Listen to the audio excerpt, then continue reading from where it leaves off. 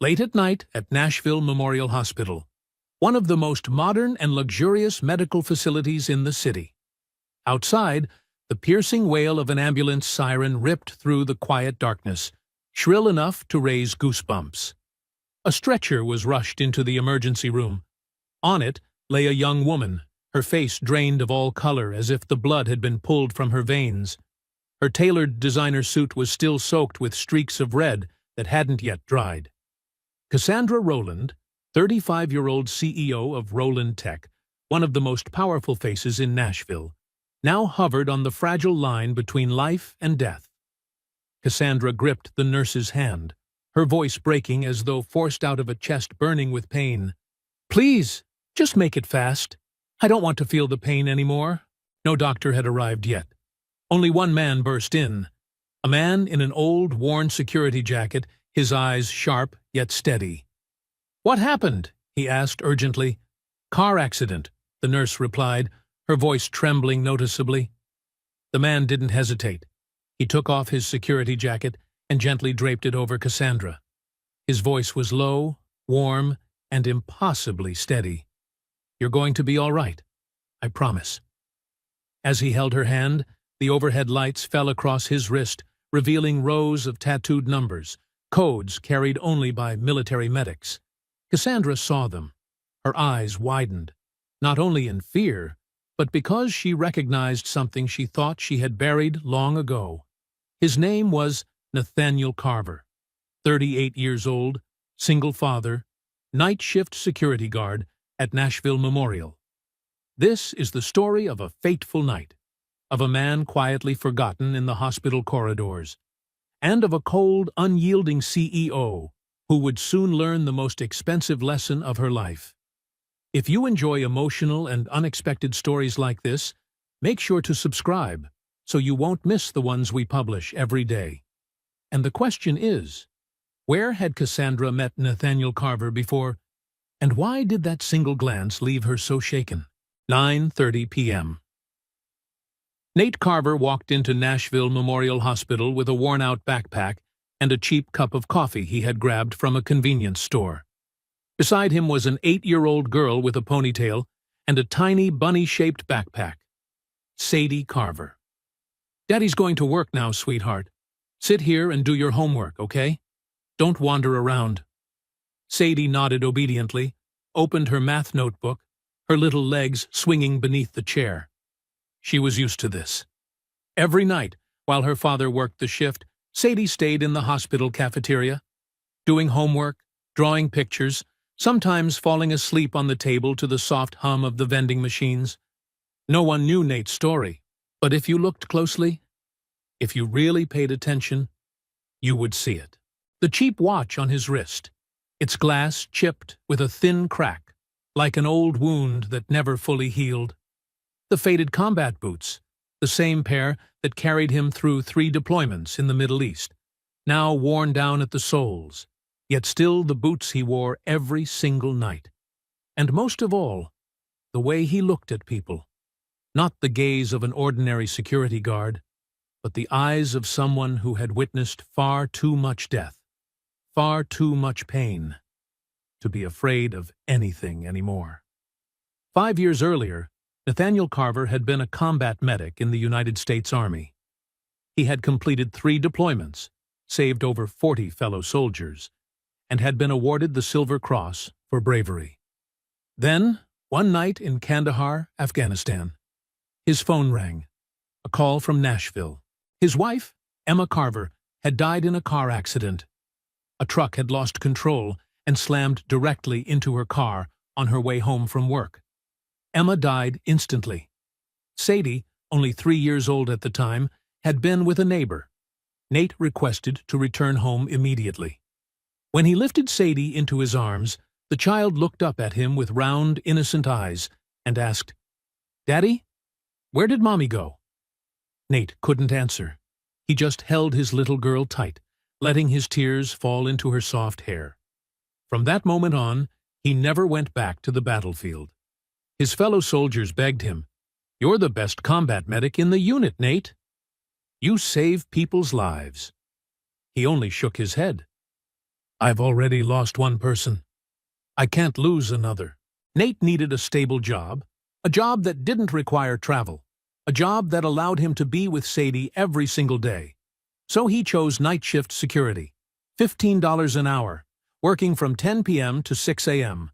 No full insurance, no bonuses, no recognition, but enough to raise his daughter, enough for Sadie to have a proper breakfast every morning, enough to pay the rent for a one-bedroom apartment on the outskirts of Nashville, where Sadie slept in the bed, and Nate took the old sagging sofa. Most people in the hospital had no idea about Nate's past. To them, he was simply the nice security guy, the one who held doors for patients, the one who pushed wheelchairs when nurses were overwhelmed, the one who brought a cup of water to a patient in the dead of night. No one asked who he used to be, and Nate never told. But tonight, everything would change. Forever.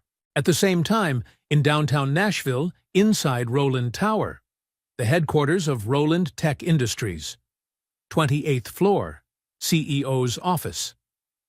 Cassandra Roland sat behind a walnut desk, facing 3 glowing computer monitors.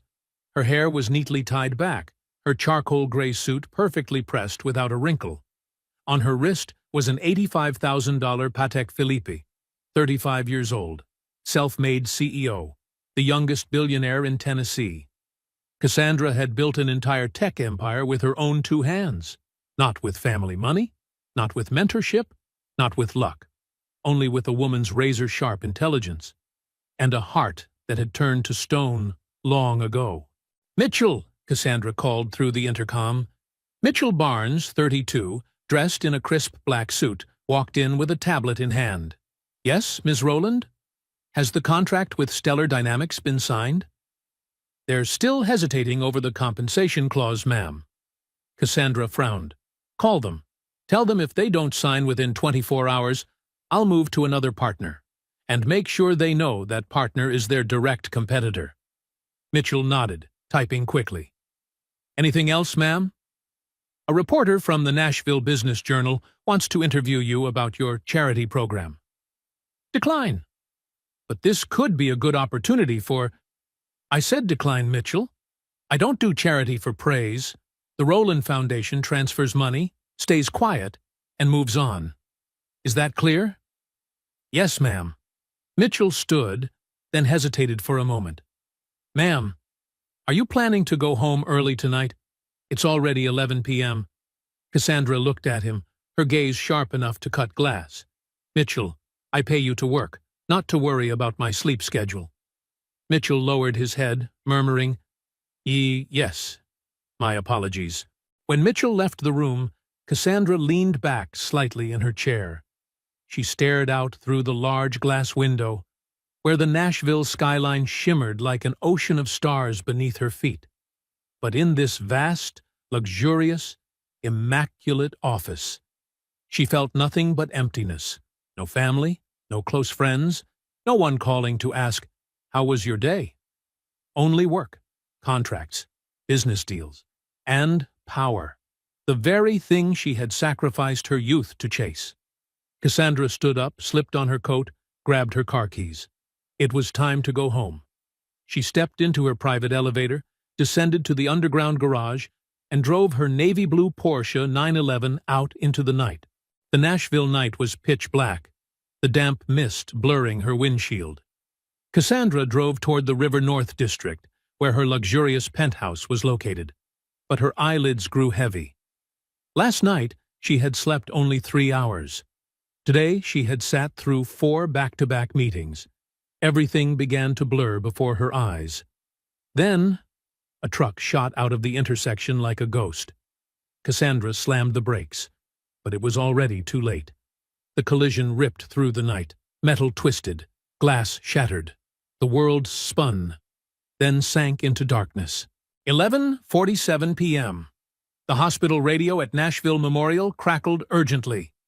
"Emergency inbound. Traffic collision at Cumberland Bridge. ETA 3 minutes.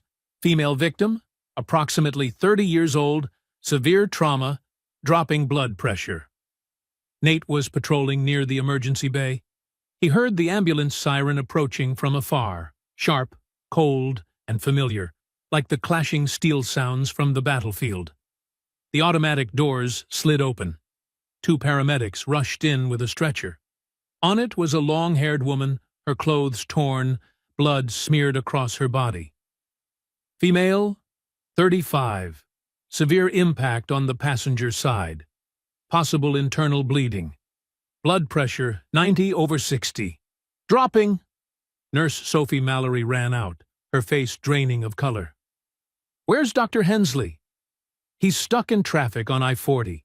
He won't be here for another 10 minutes. Sophie stared at the monitor, her voice trembling.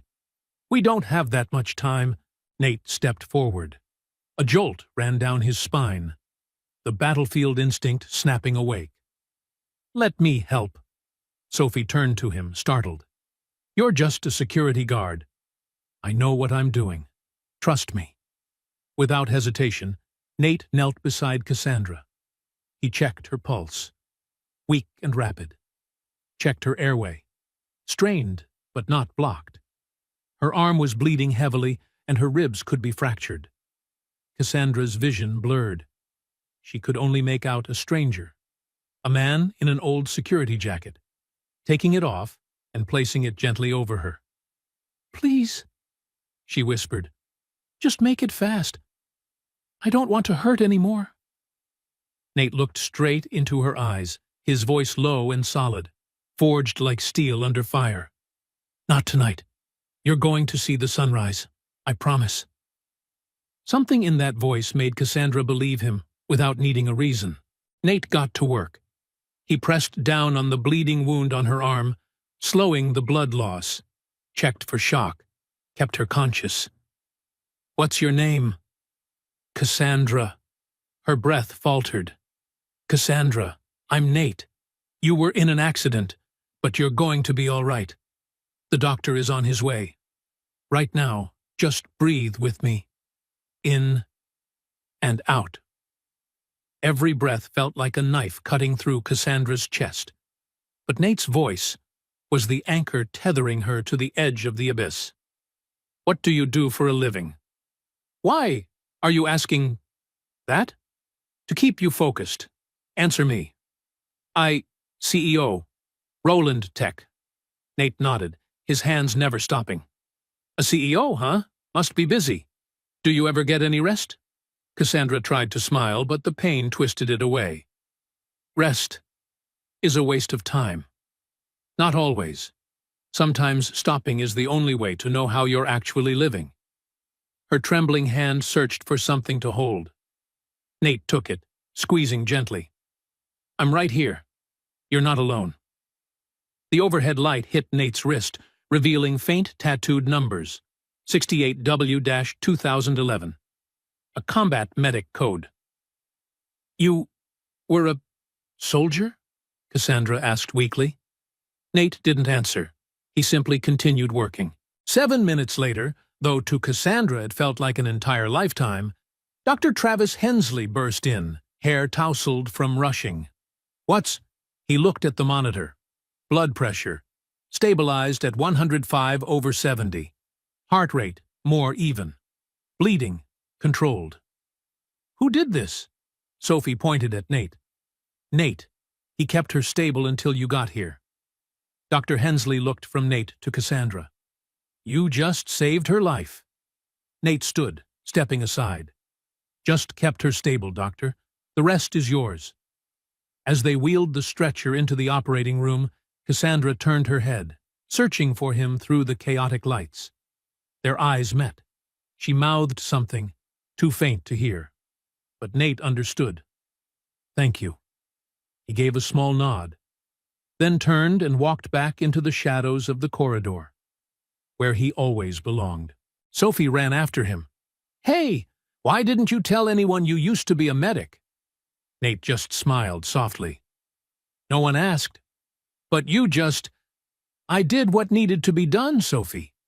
Nothing more, nothing less. He walked toward the cafeteria, where Sadie had fallen asleep on the table, coloring pencil still in hand. Nate placed a hand on her shoulder. Sweetheart, Daddy's back. Sadie blinked awake, smiling sleepily. "Are you done with work, Daddy?" "Yeah. Let's go home." "Are you tired?" "No, honey. I'm okay." Sadie pointed at the picture she had been drawing, a man in a superhero cape holding a first aid kit with a hospital behind him. "Look, Daddy. I drew you." Nate chuckled, ruffling her hair. "It's beautiful. I'll keep it safe." They walked to the parking lot. His old 2008 Honda Civic sat quietly under the yellow lights. Sadie climbed into the back seat, hugging her stuffed bear. Nate drove home, Cassandra's eyes still lingering in his mind. Fear, and then trust. He wondered, would she remember him? Probably not. People rarely remember the ones who saved them in a moment of chaos. And that was fine. He didn't do it to be remembered. But fate always has other plans.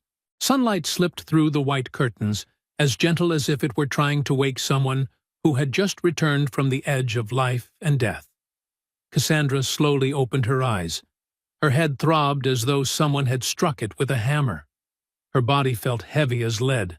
Her arm was carefully bandaged. Every breath was a needle stabbing into her ribs. But she was alive. The window framed a radiant Nashville sunrise, a sweep of amber and gold stretching across the shimmering Cumberland River. A sentence suddenly echoed in her mind, clear and vivid, as if spoken again right beside her. "You're going to see the sunrise." That voice, deep, warm, steady. And those hands that held her when she thought she had only seconds left before sinking into darkness. Cassandra pressed the nurse call button. Sophie Mallory walked in, offering a gentle smile. "Good morning, Ms. Rowland. How are you feeling?" "Like I got run over by a truck," Cassandra rasped. Sophie laughed softly. "Well, technically you got hit by one, but you're lucky. It wasn't too severe. A few fractured ribs, some external injuries. You're going to make a full recovery." Cassandra studied her closely. "Last night, there was a man. He helped me before the doctor arrived." Sophie nodded instantly, her smile warming. "Oh, you mean Nate? He's wonderful. He kept you stable until Dr. Hensley got here. The doctor even said that without him, things could have been much worse." "Nate, is he a doctor here?" Sophie chuckled lightly. "No, he's a night shift security guard." Cassandra froze. "A security guard?" "Yes, but he used to be a combat medic in the military. It's just not many people know." "Where is he now?" "He probably went home. His shift ends at 6 a.m. Cassandra sank back into her pillow. A security guard, the person who saved her life, was a night shift security guard. A few hours later, the door burst open along with hurried footsteps. Mitchell Barnes rushed in, clutching his phone and tablet, panic all over his face.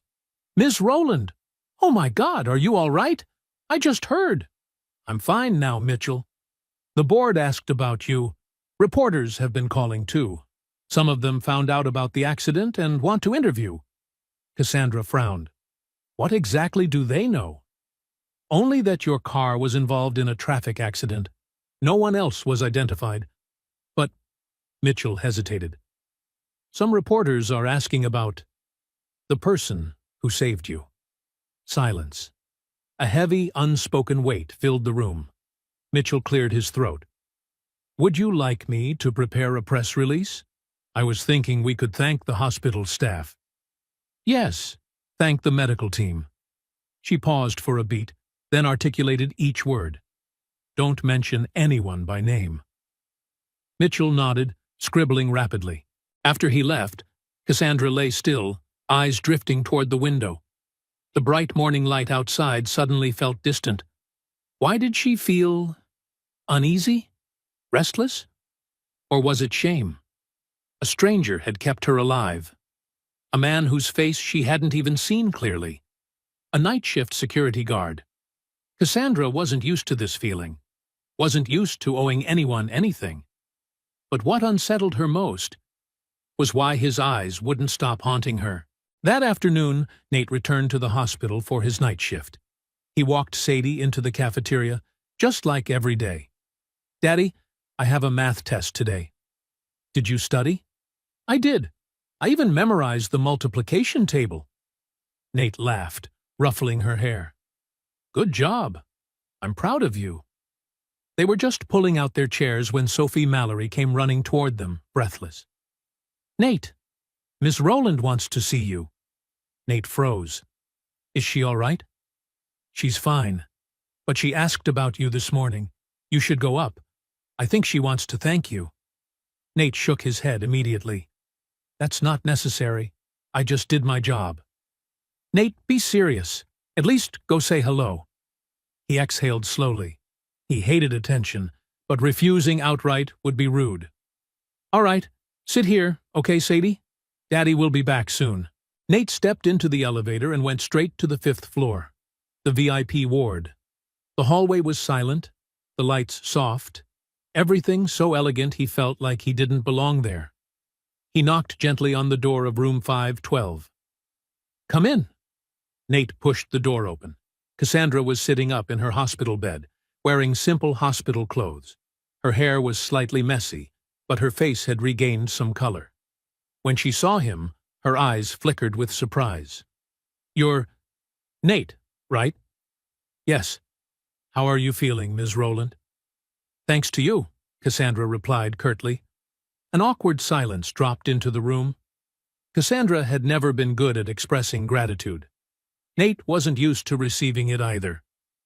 "I want to thank you for last night." "It's nothing. I just did what needed to be done." "It wasn't just that," Cassandra said slowly. "I might not have survived if it weren't for you." Nate nodded politely. "You'll recover quickly. Dr. Hensley is excellent." Cassandra studied him more closely. There was something about this man, his humility, his calm, the way he expected nothing from her, that stirred something inside her. People always wanted something from Cassandra. But he didn't. At that moment, Mitchell Barnes entered, juggling his phone and tablet. "Ms. Rowland, the PR office needs—" "Oh." Mitchell looked at Nate, then at Cassandra. "This is Nate, the one who helped me last night," Cassandra introduced succinctly. Mitchell nodded, then leaned in and whispered, loudly enough that Nate could hear every word. "Ms. Rowland, PR recommends not creating a story out of this. The media might exaggerate things." Cassandra paused. Then her expression shifted, the CEO mask snapping back into place, cold, sharp, impenetrable. She looked at Nate. "I'm very grateful for what you did. But I think it's better if last night stays between us. I don't want rumors or unnecessary attention. You understand?" Nate stood still. His face didn't change, but something dimmed quietly in his eyes. "I had no intention of telling anyone, ma'am." "Good. I don't like owing people."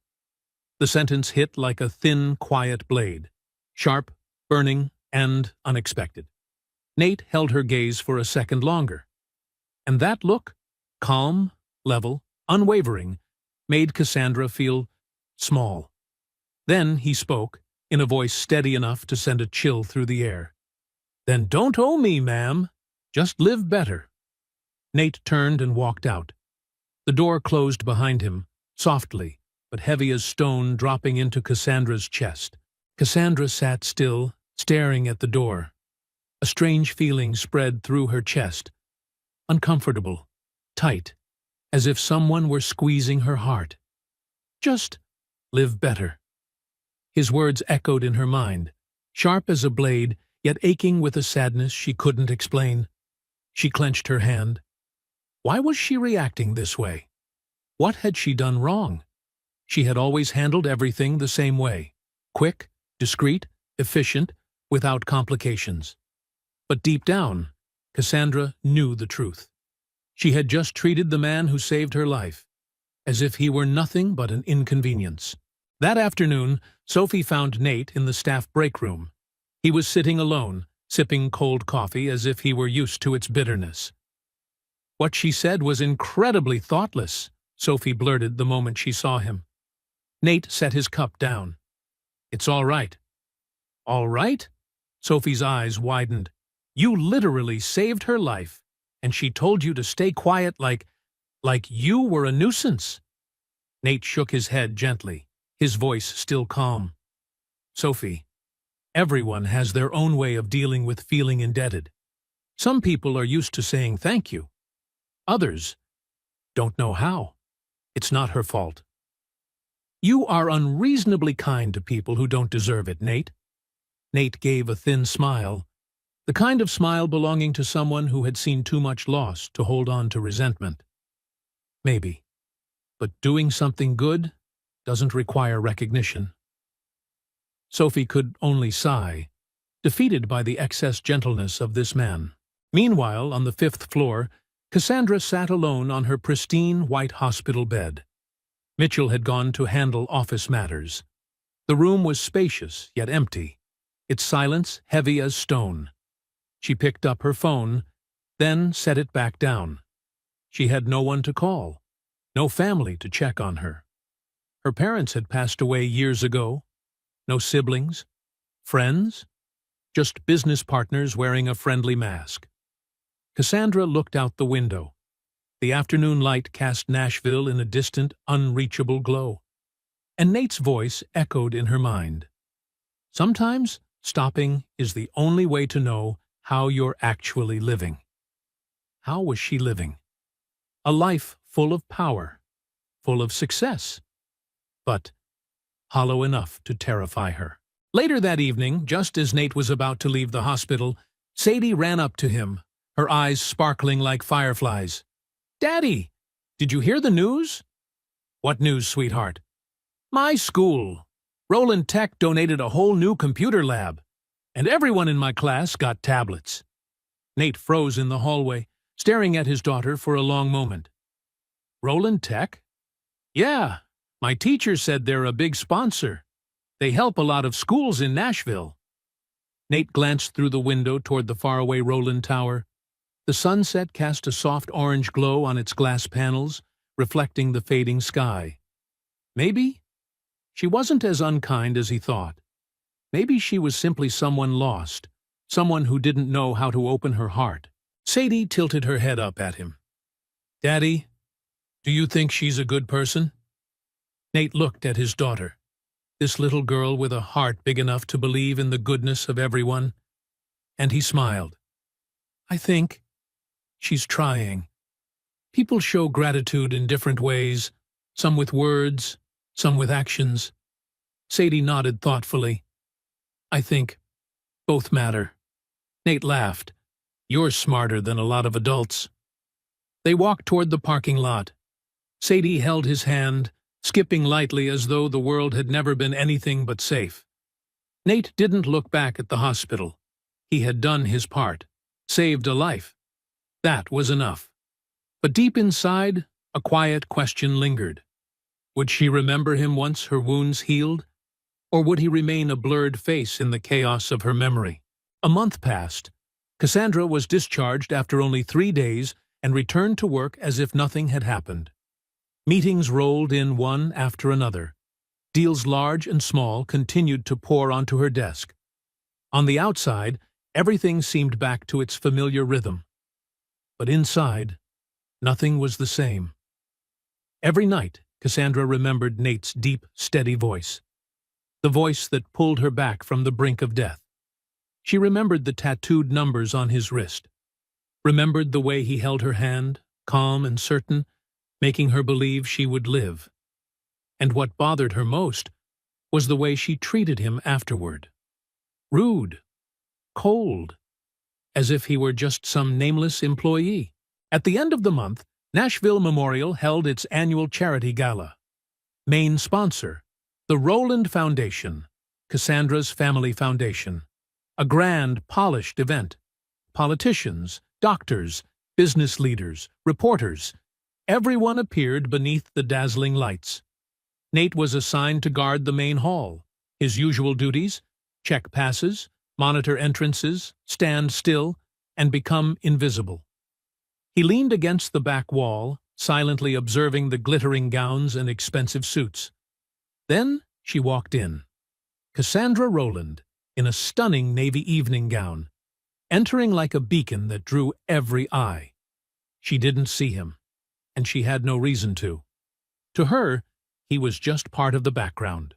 The event began with speeches about healthcare initiatives, followed by donation announcements that sent waves of applause through the hall. Cassandra stepped onto the stage beneath bright lights and declared, "The Rowland Foundation is proud to donate $5 million to expand emergency care services." Thunderous applause. But then, flashing lights. The fire alarm blared. The crowd buzzed in confusion, unsure whether to stay or flee. Then a scream sliced through the noise from the left side of the hall. "Someone collapsed! Please! We need a doctor!" Panic spread like wildfire. Nate reacted instantly. He surged through the crowd, fast and precise, like a blade through butter. An elderly man, about 70, lay stretched out on the floor, pale, motionless, his chest still. No one dared approach. Nate knelt beside him, checked the pulse. Nothing. Airway blocked. Without hesitation, he began CPR. 30 chest compressions, 2 rescue breaths. Repeat. "Someone call 911!" His voice rang out, strong and unwavering. The crowd held its breath. 30 seconds. 45 seconds. Then, the old man coughed violently, jolting awake, eyes fluttering open. A wave of relief rippled across the hall. Medical staff rushed in to take over. Nate stood up, brushed off his pants, and clearly intended to retreat back into the shadows, the place he always chose. But this time, he felt a gaze fixed on him. Nate looked up. Cassandra stood at the edge of the stage, frozen. She had witnessed everything. The way he moved, the precision of every action, the calm he carried into chaos, and she understood immediately. This man was not just a night shift security guard. Mitchell leaned in and whispered urgently, "Ms. Rowland, we should—" But Cassandra didn't hear him. She couldn't take her eyes off Nate, the man she once considered an inconvenience. After the gala, Cassandra could hardly sleep. She returned to her lofty penthouse, slipped out of her evening gown, and stepped into a steaming hot shower. But her mind spun relentlessly, unable to erase the image of the man standing in the chaos of the ballroom, bringing someone back to life right before her eyes. He wasn't an ordinary security guard. He couldn't be. Cassandra lay in bed, but her heart would not settle, as if being pulled toward one single point. That man. The next morning, Cassandra arrived at the office unusually early. Barely 5 minutes after sitting at her desk, she picked up the phone. "Get me connected with the HR department at Nashville Memorial." Just 30 minutes later, Cassandra was seated in a quiet hospital conference room. In front of her was a pale blue folder. She opened it and nearly forgot to breathe. Nathaniel Nate Carver. Age 38. Position, night shift security officer. Background, combat medic. United States Army, 2009 to 2019. She turned to the next page. Awards, Silver Cross, Purple Heart, Army Commendation Medal. Reason for discharge, family hardship, wife deceased. Emergency contact? Sadie Carver, 8 years old. Cassandra's hand trembled as she looked at the photograph attached. Nate in uniform, younger, eyes sharp like forged steel hardened by war. She flipped to another page, a scanned article from 2017. Combat medic saves 23 soldiers in attack. Awarded Silver Cross. The article described him sprinting through gunfire multiple times to drag wounded soldiers to safety, performing field surgery under bombardment, and refusing evacuation until the last man was airlifted out. Cassandra covered her mouth, her eyes stinging. A true hero. Working night shift for $15 an hour. And she, the person he had saved, had told him to stay silent. The realization stabbed straight into her chest like an unexpected needle. Cassandra closed the folder, not because she was done, but because she couldn't bear another line. She stood up and walked out of the conference room, her heels striking sharply against the white hallway floor. She didn't know what she would do next. Only one thing was certain. She could no longer live as if that fateful night had never happened. She owed him far more than an apology. And this time, she would not run from it. The next day, Cassandra called for an emergency press conference. No prior announcement. No prepared statements. No time for the PR team to react. The PR staff scrambled after her. "Ms. Rowland, we aren't prepared. What's the content of your statement?" Cassandra answered simply, "I don't need a script." The press room quickly filled to capacity. Flashing cameras. Microphones pointed at the podium. Attention thick as the air before a storm. Cassandra stepped up. No papers, no teleprompter, only her, and the truth. She took a deep breath. "1 month ago, I was in a car accident. I nearly died." The entire room fell silent. The person who saved me wasn't a top surgeon, not an experienced nurse, not someone with authority or power. She paused, her voice trembling slightly. He was a single father working the night shift for $15 an hour, a man without full insurance, a man who brings his 8-year-old daughter to the hospital every night because he has no one else to watch her. Whispers rippled through the room. Cassandra tightened her fingers, then spoke with rising strength. "His name is Nathaniel Carver, and you deserve to know who he truly is." At that very moment, in the hospital cafeteria, Nate was sitting beside Sadie, helping her review math problems. His phone buzzed. A message from Sophie. "Turn on the TV now." Nate frowned, then looked up at the wall-mounted television. His heart dropped. On every news channel was Cassandra, talking about him. Nathaniel Carver is a decorated combat medic. He served 3 deployments, saved dozens of soldiers under enemy fire, awarded the Silver Cross for exceptional bravery. A photo of Nate in uniform appeared on the screen behind Cassandra. Sadie gasped, shouting across the cafeteria, "Daddy, that's you!" Nate sat frozen, unable to believe what he was seeing. Cassandra continued, her voice thick with emotion. "When I asked him to stay silent about saving me, I didn't know.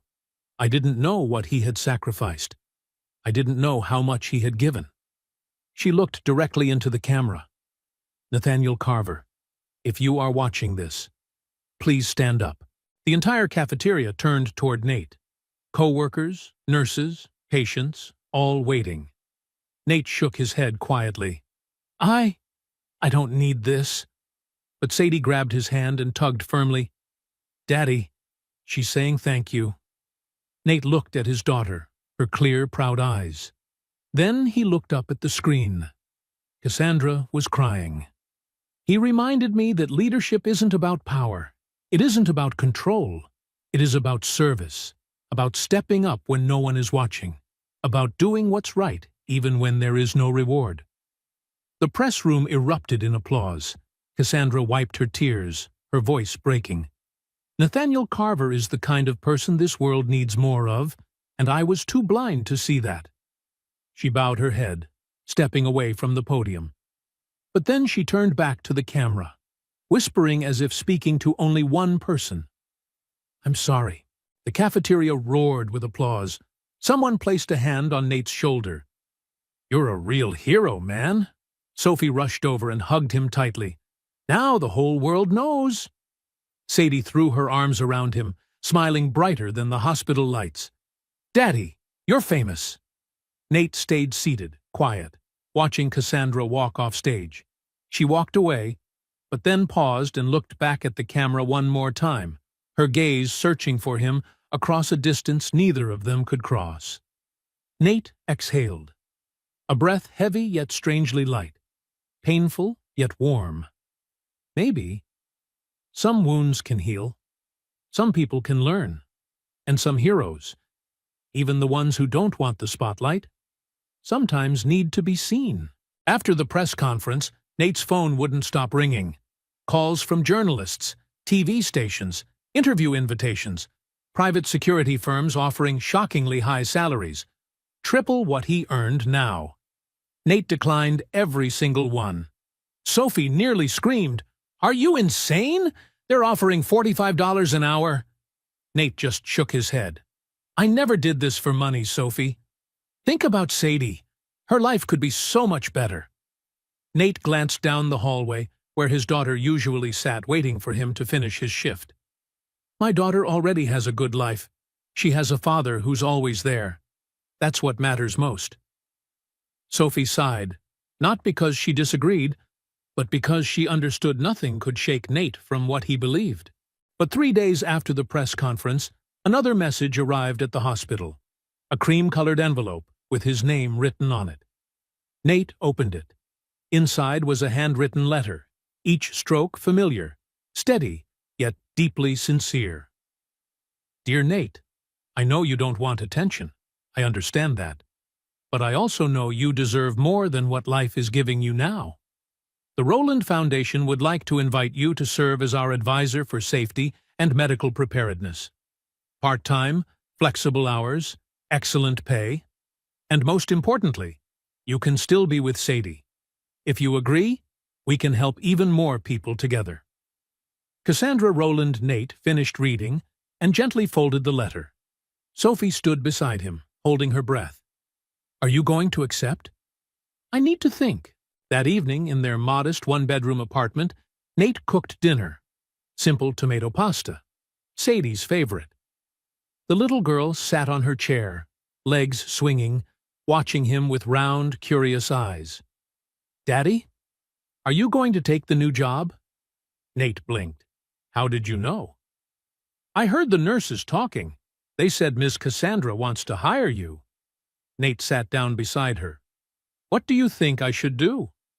Sadie put down her fork and thought very seriously, the kind of seriousness only an 8-year-old with a heart larger than her tiny body could have.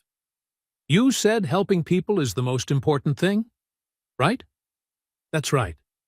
If you take this job, you'll help even more people, won't you?" "Yes." Sadie smiled and wrapped her arms around his neck. "Then you should take it. As long as you stay with me." Nate hugged her, his voice warm and steady. "I'll always be with you, I promise." The next morning, Nate stood outside the hospital parking lot, took a long, grounding breath, then dialed the number on the small piece of paper. The voice on the other end answered, "Rowland Foundation. How may I assist you?" Nate tightened his grip on the phone. "I accept." A week later, Cassandra returned to Nashville Memorial Hospital. Not for meetings, not to see the board. She came for one reason only, to see Nate. She found him in the small security office, the warm yellow light falling over the paperwork he was filling out. When Nate looked up, their eyes met. Quiet, sharp, charged. Cassandra stood in the doorway. "May I come in?" "Come in." She stepped inside and gently closed the door behind her. No Mitchell, no assistants, just the two of them in a tiny room smelling of paper and cold coffee. A long silence stretched out, as if both were waiting to see who would speak first. Then Cassandra said, her voice unexpectedly low and achingly sincere, "I want to apologize to you. A real apology. Not on camera, just one human being to another." Nate set his pen down. "You already apologized. On television. That was for the world.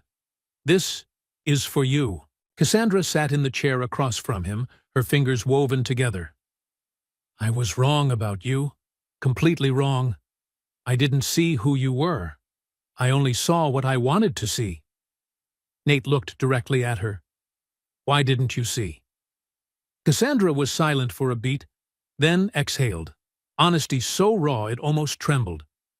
"Because my father taught me that showing weakness is dangerous, that if I owed someone, they would have power over me. So I built walls. I kept people away. I didn't let anyone close."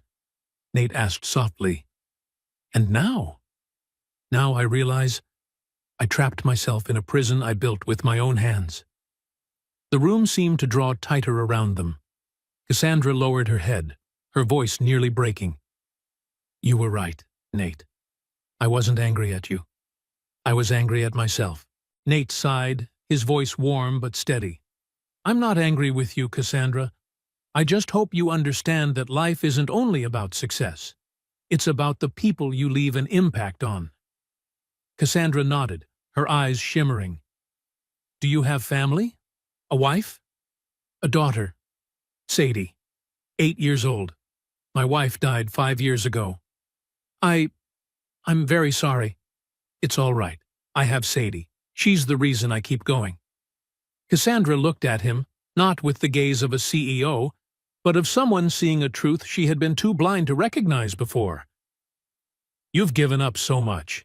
Your career, your recognition, everything, just to be with your daughter."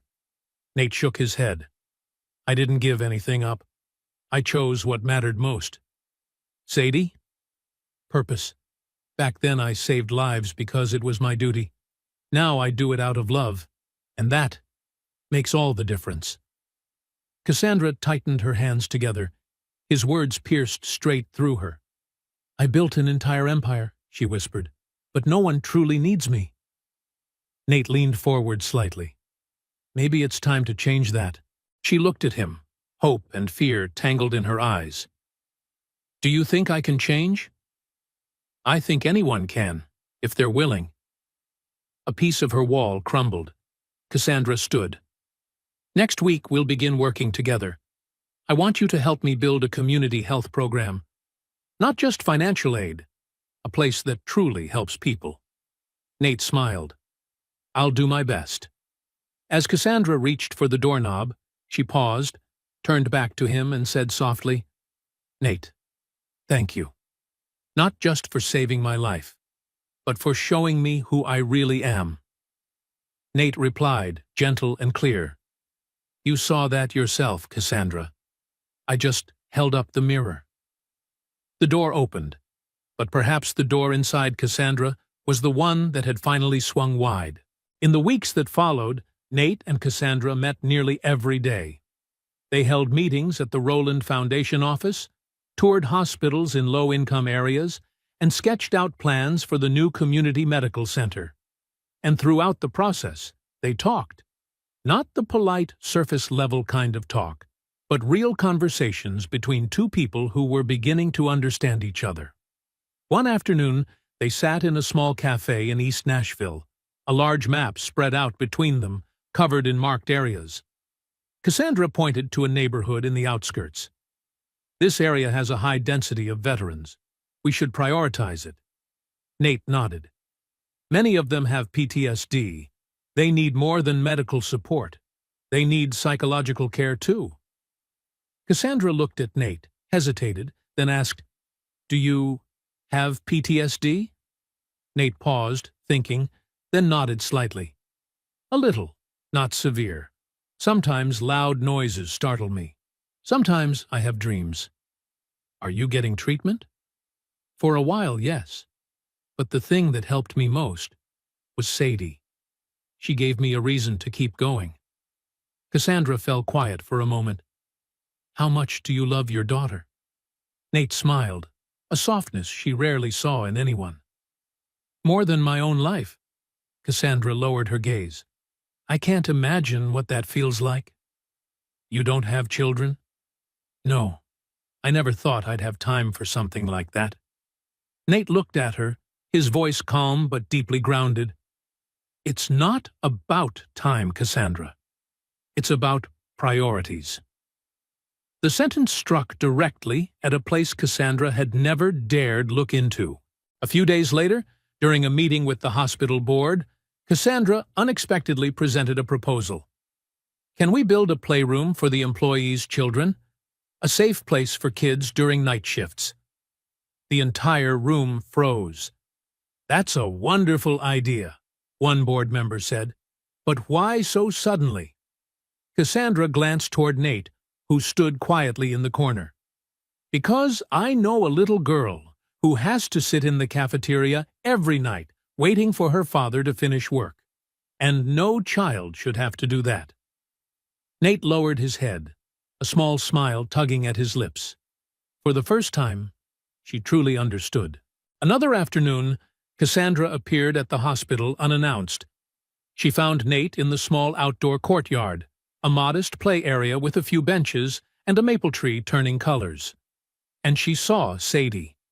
The girl was gently taping a bandage onto a younger child's scraped knee. "There," Sadie said. "Now you're all better." The younger child beamed. "Thank you." Cassandra watched, her heart softening in an unfamiliar way. Nate stepped beside her. "My daughter wants to be a nurse. She's always been like that." Cassandra smiled. "She's very special." "She is." Sadie noticed Cassandra and ran over, her eyes bright. "Hi, are you Miss Cassandra?" Cassandra crouched down to meet her eyes. "Yes, that's me. And you must be Sadie?" "Yes, my dad talks about you." Cassandra laughed. "What does he say?" "He says, you're learning how to be a better person." Cassandra froze, then let out a shaky laugh through sudden tears. "Your dad is very wise." Sadie opened her little hand. Inside was a crayon drawing, a woman in a business suit, a man in a security uniform, and between them, a big red heart. "I made this for you, because you helped my dad get a better job." Cassandra took the drawing with both hands, tears falling freely. "Thank you. I'll keep it safe." Sadie threw her arms around Cassandra. And Cassandra, who had never quite known what to do with hugs, still hugged back tightly. When Sadie ran off to play again, Cassandra wiped her eyes and stood. "Your daughter, she's wonderful. She likes you." "Why? She doesn't know anything about me." Nate folded his arms, watching his daughter in the distance. "Children see what adults try to hide. They see with their hearts." Cassandra turned to him, her voice trembling slightly. "Do you think I have a heart?" Nate looked at her as if he could see through every wall she'd ever built. "I've always known you do. You just forgot where you put it." A month later, on a late evening, Cassandra and Nate were still sitting together in the Rowland Foundation office, reviewing the final details for the Ward Center plan. Cassandra set her pen down and exhaled. "I think we should call it a night. It's already 10. Nate looked up and noticed something different in the tiredness behind her eyes. "You okay?" Cassandra hesitated, her voice softening. "Today is my father's birthday. He passed away 5 years ago." Nate nodded gently. "I'm very sorry." "It's fine. It's just that on days like this, I usually feel lonely." Cassandra looked straight at him, her eyes shimmering but still trying to remain composed. "Yes." She took a deep breath, then continued. "I don't have siblings. My mother died early. My father raised me alone, and he taught me I had to be strong, independent, never rely on anyone. And now—" Nate looked at her with quiet warmth. "And now you're realizing that being strong doesn't mean being alone." Tears slipped down Cassandra's cheeks, not dramatic, not loud, just honest. Without another word, Nate stood and grabbed his jacket. "Come with me." "Where?" "Trust me." 15 minutes later, they were standing on the John Siegenthaler pedestrian bridge. Below them, the Cumberland River shimmered under golden lights, and in the distance, Nashville glowed quietly in its nighttime beauty. "I come here whenever my mind gets too heavy," Nate said, leaning against the railing. "This place reminds me that life keeps moving, no matter what happens." Cassandra leaned gently against the rail beside him. "Do you feel lonely after your wife passed?" Nate looked down at the water. "Every day. But Sadie helps me get back up. Work keeps me focused. And I remind myself that Emma wanted me to live, truly live, not just exist." Cassandra turned to him. "How do you know that?" "Because the night before she died, we talked about the future. She said, 'If anything ever happens to me, promise me you'll keep loving, keep living.'" Cassandra swallowed hard. She was lucky to have you. No, I was the lucky one. They stood in silence for a while, the only sounds being the wind and the water beneath the bridge. After a moment, Cassandra asked quietly, "Nate, do you think I can learn not to be lonely anymore?" Nate turned to her, not answering immediately, just looking, as if measuring the honesty inside her question. Finally, he said, "You've already started." Cassandra tilted her head slightly. "How can you tell?" "Because you're standing here, with me, saying things you've never said to anyone. That's where change begins." Her tears glistened in the streetlight, but this time her smile was softer, lighter. "Thank you, Nate, for not leaving me. I never will." The night wind swept past them, cool, but no longer cold. Cassandra's fingers drifted slightly to the right on the railing. Nate's fingers shifted slightly to the left. They didn't hold hands, but their fingertips brushed. Just a feather-light touch, yet enough to make Cassandra's heart tighten. Something was changing. Not rushed, not forced. Just a real connection between two people who had grown used to living inside their own empty spaces. As they walked back, Cassandra realized something she hadn't felt in a very long time. Relief, safety, and she wasn't alone anymore.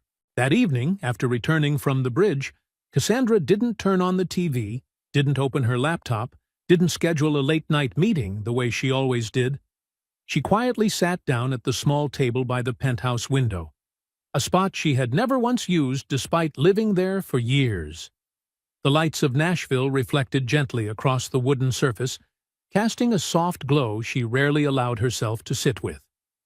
Cassandra opened a box of stationery. She took out an old fountain pen, the last gift from her father before he passed away. Her hand trembled slightly. Then she began to write. "Dear Nate, I'm not good at saying thank you. You already know that. But tonight, I want to try. You saved me twice. Once from death, and once from the person I had become. I don't know how to repay that. Maybe I will never know what is enough. But I am trying to become better. For you, for Sadie, for all the people I used to look past without ever truly seeing. Thank you for seeing me, even when I couldn't see myself. Cassandra." She read it once more, slowly folded the letter, placed it into an envelope and sealed it with great care, as though something fragile lay inside. The next morning, Cassandra left her penthouse earlier than usual. She stopped by Nashville Memorial Hospital and walked to the small security office where Nate worked. No knocking, no interruptions. She simply placed the envelope on his desk and walked away. When Nate arrived for his shift and saw the letter, he paused longer than usual. He opened the envelope and read each line, his brow softening, his eyes growing warm. A thin but genuine smile appeared on his face. He folded the letter carefully and slipped it into his chest pocket, right over his heart. Some thank yous never need to be spoken aloud. They just need to be felt. And Nate felt this one completely. A year passed. The Nashville morning was freezing, but clear as crystal. Roland Foundation was inaugurating the Ward Center for Community Healing, the first fully free medical facility in the region, offering health services, psychological therapy, and dedicated programs for veterans and their families. Hundreds of people stood at the gates: doctors, nurses, young families, the elderly, and veterans with sun-weathered faces and reddened eyes. Cassandra stood on the stage, dressed in a minimalist dark gray suit. No Patek Philippe, no icy CEO aura. Today, she was simply a person grateful to be alive. "A year ago," Cassandra began, "I almost lost everything. No one spoke. They just waited. And the person who saved me wasn't a famous doctor, wasn't a hospital executive. He was simply a good man." Her eyes searched for Nate, the man standing in the front row, Sadie beside him, her small hand clasping her father's. "Nathaniel Carver, please come up here." Nate froze. Sadie nudged his shoulder. "Go, Daddy. People need to hear you." Nate stepped onto the stage like someone completely unfamiliar with spotlights. He stood before the microphone, awkward. I'm not used to this. I'm more familiar with heart rates." The crowd burst into laughter, the tension lifting. But then Nate's voice grew serious. "If there's one thing I've learned in my life, it's this. Healing isn't just for the wounded. It's for anyone who still cares enough to try healing others." He turned toward Cassandra. "We all carry pain, scars, things left unsaid. The question is, what do we do with them? Build walls to hide? Or build bridges to reach one another?" Cassandra inhaled deeply. Her hand trembled slightly. "I choose bridges," Nate finished. "And I hope all of us will choose the same." Applause rose, first scattered, then swelling like a wave. Sadie ran onto the stage, holding a crayon drawing. In the drawing, Nate kneeling, placing his jacket over a woman. Between them was a giant, glowing heart. The messy words read, "Dad gives coat to lady. Heart shines." The entire hall softened. Cassandra stepped forward, holding a small wooden box. She opened it. Inside was a simple yet breathtaking medal, engraved with the words, "Don't make it fast. Stay." Cassandra looked up, eyes shimmering. "You told me I would see the sunrise. Since that night, I've seen thousands of new sunrises. Every one of them was because of you." She pinned the medal onto Nate's chest, her touch so gentle it was as if she feared hurting him. Then she spoke, not with the voice of a CEO, but of someone who had finally rediscovered her own heart.